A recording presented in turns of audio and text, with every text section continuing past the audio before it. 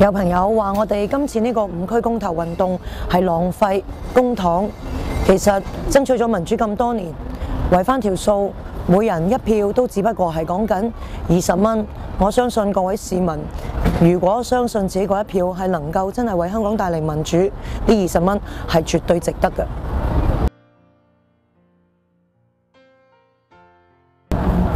有人話我哋今次嘅公投運動係違法違憲，但係俾人哋鬧咗成幾個月，究竟違邊條法、違邊條憲，我哋到而家都唔知道。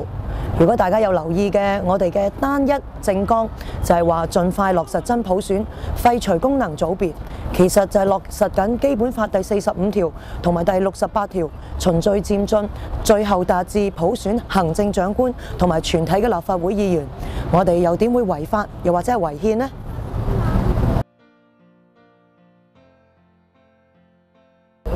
有朋友話我哋今次嘅運動流血暴力，仲加埋血腥添。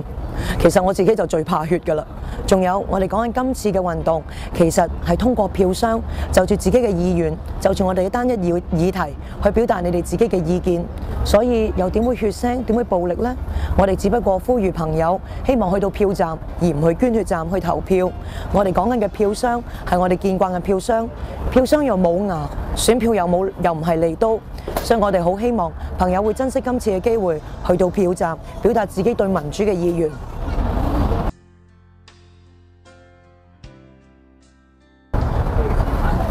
有人問我哋而家保皇咁樣去杯葛呢一次嘅補選，你哋怕唔怕？你哋有啲乜嘢對策？其實無論係保皇定係政府曾蔭權、林公公或者係唐英年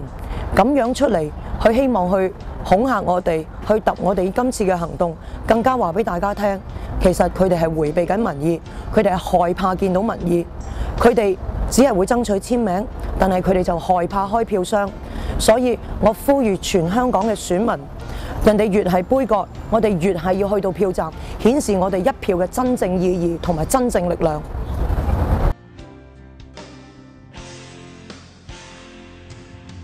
有人問：喂，陳淑莊贏咗又點啊？如果中央係唔俾普選你都奈佢唔何㗎。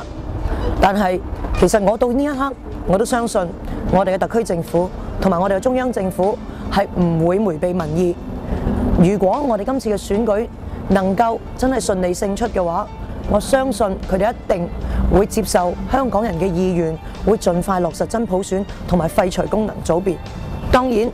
到期時究竟幾時真係俾到我哋，佢哋要決定。但係大家千祈唔好忘記0371同埋05年12月，我哋曾經顯示過我哋嘅決心，我哋嘅力量。所以今次就希望你哋通過票箱，再一次顯示我哋嘅威力。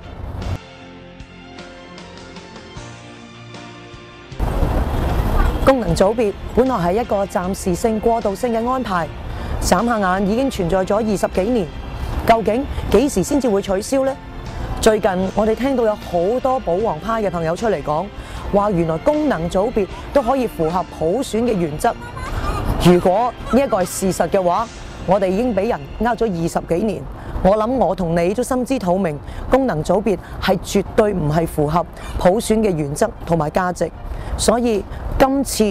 既然人哋鍾意幫功能組別塗脂抹粉，我哋更加要堅持我哋嘅理想、我哋嘅信念，為香港人爭取民主夢，一定要全力徹底廢除功能組別。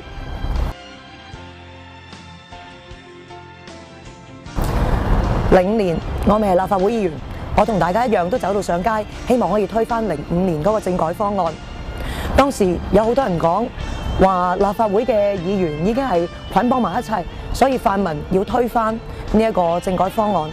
但係當我入到立法會，我更加深信，其實能夠捆綁泛民議員一齊去推翻一個廢嘅政改方案，就係靠市民話俾所有泛民議員聽，究竟我哋要嘅係乜嘢。所以我好希望各位朋友，雖然我哋泛民嘅朋友喺立法會嘅否決權係重要，但係你哋嘅投票，你哋嘅清晰民意，話俾泛民議員聽，你哋究竟要乜嘢係更加重要。你哋先至可以將泛民所有嘅議員捆綁埋一齊。希望你哋積極參與今次嘅投票。